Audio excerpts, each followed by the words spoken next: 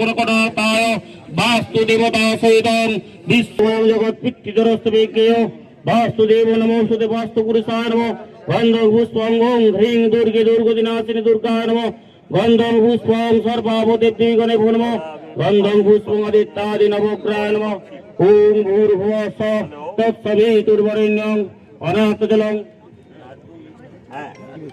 এলাকাবাসীর উন্নয়ন স্বার্থে চতুর্বর্গ ফলপ্রাপ্তি কামনায় গণেশাদি পঞ্চদেবতা সহিতং গন্ধং পুষ্পং ওং গন্ধং পুষ্পং সর্বভারতীয় তৃণমূল কংগ্রেস জিন্দাবাদ। জয় বাংলা,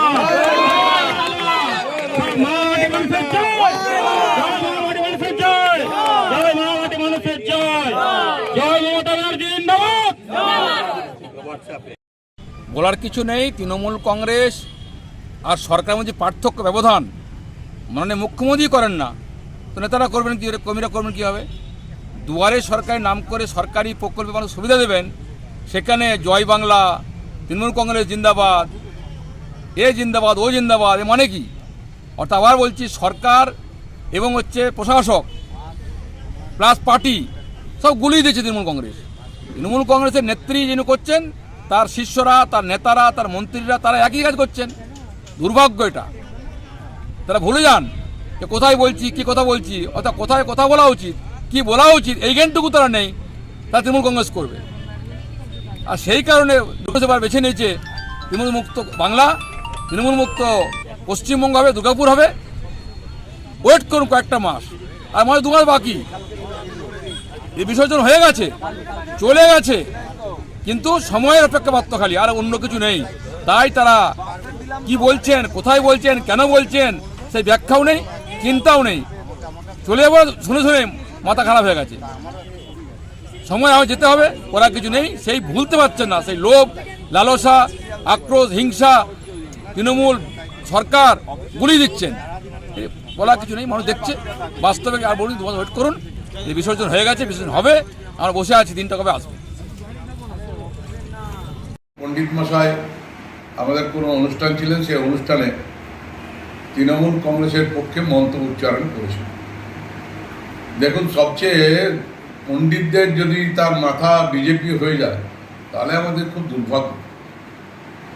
সনাতনী শাস্ত্রে, ব্রাহ্মণ শাস্ত্রে উনি ওনার মঙ্গল, হয়তো কারোর হয়ে মঙ্গল কামনার্থে উনি যে পূজা আর্চা করেছেন, সেখানে কেউ হস্তক্ষেপ করতে পারে না। কারণ কেউ মনে মনে বলে, উনি জোরে বলেছেন, সেইটার জন্য তীব্র নিন্দা করেছেন। আবার যারা তীব্র নিন্দা করেছেন তাদেরকে অনুরোধ করছি, পণ্ডিতদের ওপরে ছড়ি ঘোরাতে যাবেন না। কারণ পণ্ডিত মশাইদের যদি আপনারা আবার হেডমাস্টার হয়ে যান, তাহলে ঠাকুর পাকুর সব দেবতা এখান থেকে পালাবে।